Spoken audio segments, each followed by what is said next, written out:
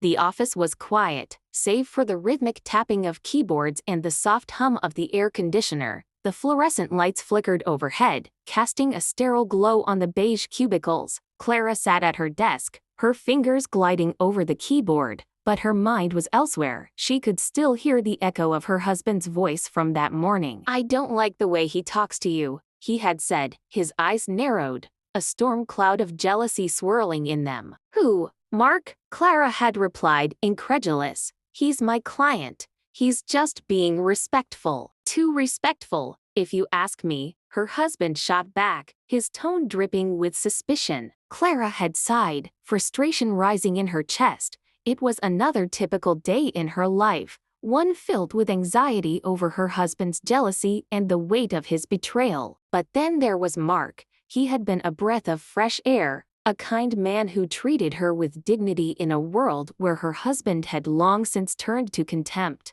Clara glanced at her phone, hoping for a distraction. Just as she did, a text pinged through. It was from Mark. "Hey Clara, hope you're having a good day.